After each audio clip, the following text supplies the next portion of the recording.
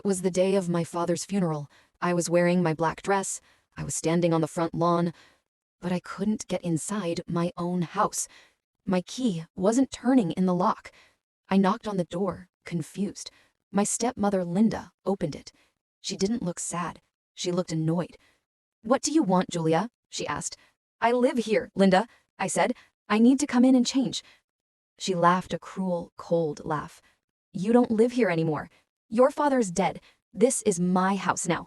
I packed your bags. They are in the garage. Get your trash and leave." I stared at her in shock. "Linda, I grew up in this house. You can't just kick me out." "I am his widow," she screamed. "I inherit everything.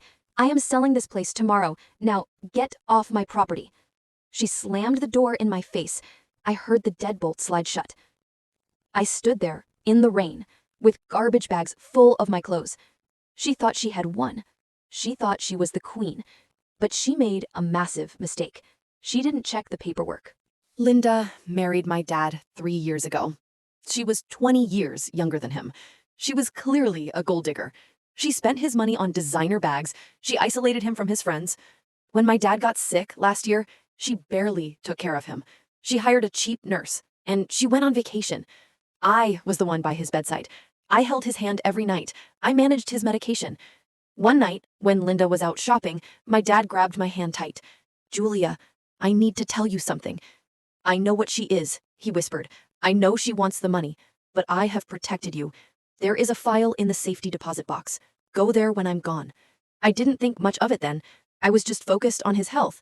I thought he meant a little cash. I didn't know he meant the whole empire. Linda assumed, because she was the wife, state law would give her everything. She didn't know my dad was smarter than that. She didn't know he was a real estate lawyer, and he knew exactly how to stop her. For the next 2 days, I stayed at a cheap motel. Linda put the house on the market immediately. She listed it for $1 million. She wanted a quick cash sale. She texted me cruel messages. "Don't come back for the furniture. I sold it all. I am going to travel the world with your dad's money. You are a loser just like him." Her greed was disgusting. My father wasn't even cold yet, and she was dancing on his grave.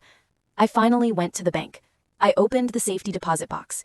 Inside was a thick leather binder and a letter addressed to me. "My dearest Julia," it read. "If you are reading this, Linda has probably tried to kick you out. Open the blue folder and call the police." I opened the folder. My jaw dropped to the floor. It wasn't a will. It was something much stronger. It was a living trust, dated 5 years ago, before he even met Linda. I read the document carefully. My father had transferred the house and all his savings accounts into the Julia Protection Trust. Technically, he didn't own the house when he died. The trust owned the house, and I was the sole beneficiary of the trust. Linda inherited his personal checking account, which had about $2,000 in it. But the house, the cars, the retirement fund, it was all legally mine. And it had been mine for years. Linda was trying to sell my house. She was trespassing on my property. I called the real estate agent listed online. "Hi, this is Julia," I said. "You are listing a stolen property. The seller does not own the home." The agent panicked. "What do you mean?" "I am emailing you the deed right now. Pull the listing immediately." Then I called the non-emergency police line. "I have a squatter in my home," I said. "She has changed the locks and refuses to leave. I have the deed in my hand." I arrived at the house with the police and a locksmith. Linda opened the door furious. "I told you to go away," she yelled. Then she saw the officers. "Officers, arrest this girl. She is harassing a grieving widow." The officer looked at me. "Ma'am, is this your residence?" "Yes," I said calmly. I handed him the deed and the trust documents. "This house belongs to me. This woman is a guest who overstayed. I want her removed." The officer reviewed the papers. He looked at Linda. "Ma'am, your name is not on this deed. You have no legal right to be here. You need to vacate the premises." Linda turned purple. "But I am his wife. He didn't update his will." "It doesn't matter," I said. "The trust overrides the will. Dad knew you would do this. He played you, Linda." She started screaming and throwing things. She tried to grab a vase. The officer grabbed her arm. "Ma'am, calm down or you go in cuffs. You have 10 minutes to pack a bag and leave." I watched her drag her suitcases out. The same suitcases she threw at me. She was crying real tears now. Not for my dad, but for her lost fortune. "Where will I go?" she sobbed. "I have no money." "You have the checking account," I said. "There is $2,000 in there. Good luck."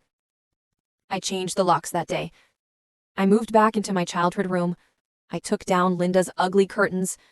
I brought my dad's photos back out. The house felt light again. The evil energy was gone.